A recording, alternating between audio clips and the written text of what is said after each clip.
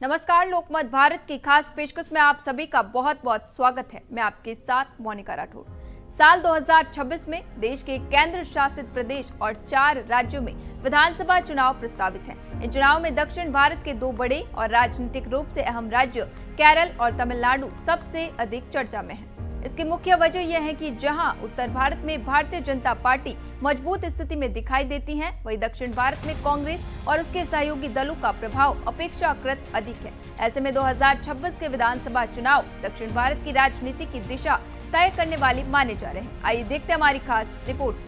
केरल के 140 विधानसभा सीटों पर इस बार मुकाबला बेहद दिलचस्प माना जा रहा है। राज्य में फिलहाल लेफ्ट डेमोक्रेटिक फ्रंट की सरकार है, जबकि कांग्रेस के नेतृत्व वाला यूनाइटेड डेमोक्रेटिक फ्रंट विपक्ष की भूमिका में है। यूडीएफ गठबंधन में कांग्रेस के साथ इंडियन यूनियन मुस्लिम लीग और अन्य छोटे दल शामिल हैं। वर्तमान विधानसभा में यूडीएफ के पास करीब 41 से 42 सीटें हैं। इनमें से लगभग 21 सीटें कांग्रेस के पास हैं, जबकि मुस्लिम लीग के पास करीब 15 सीटें हैं। हाल ही में आए सर्वे के अनुसार यूडीएफ को 32.7% वोट मिलने का अनुमान है, जबकि सत्ताधारी एलडीएफ को 29.3% और एनडीए को 19.8% वोट मिलने की संभावना जताई गई है। यानी यूडीएफ और एलडीएफ के बीच लगभग 4% का अंतर दिखाई दे रहा है, जो बेहद करीबी मुकाबले का संकेत देता है। इसी बीच कांग्रेस नेता राहुल गांधी का केरल दौरा चुनावी गतिविधियों को तेज करता दिखा। राहुल गांधी ने कहा कि केरल को केवल सत्ता परिवर्तन की नहीं बल्कि एक ठोस विकास योजना की जरूरत है। उन्होंने बेरोजगारी को बड़ा मुद्दा बताते हुए कहा कि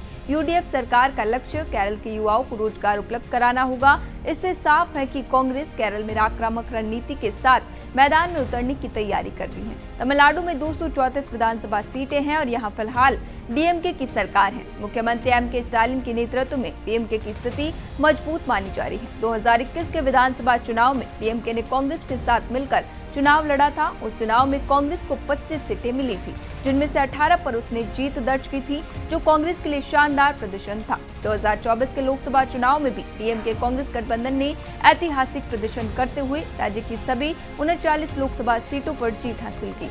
इनमें डीएमके को 22 और कांग्रेस को 9 सीटें मिली थी। इस सफलता ने गठबंधन को और मजबूत किया है। हालांकि अभिनेता थलापति विजय द्वारा बनाई गई नई पार्टी टीवीके को लेकर राजनीतिक चर्चाएं तेज हैं, लेकिन कांग्रेस अध्यक्ष मल्लिकार्जुन खड़गे ने स्पष्ट कर दिया है कि पार्टी 2026 में भी डीएमके के साथ ही गठबंधन में रहेगी। सीटों के बंटवारे को लेकर बातचीत अभी बाकी है, लेकिन माना जा रहा है कि इस बार कांग्रेस को पिछली बार से कुछ अधिक सीटें मिल सकती हैं।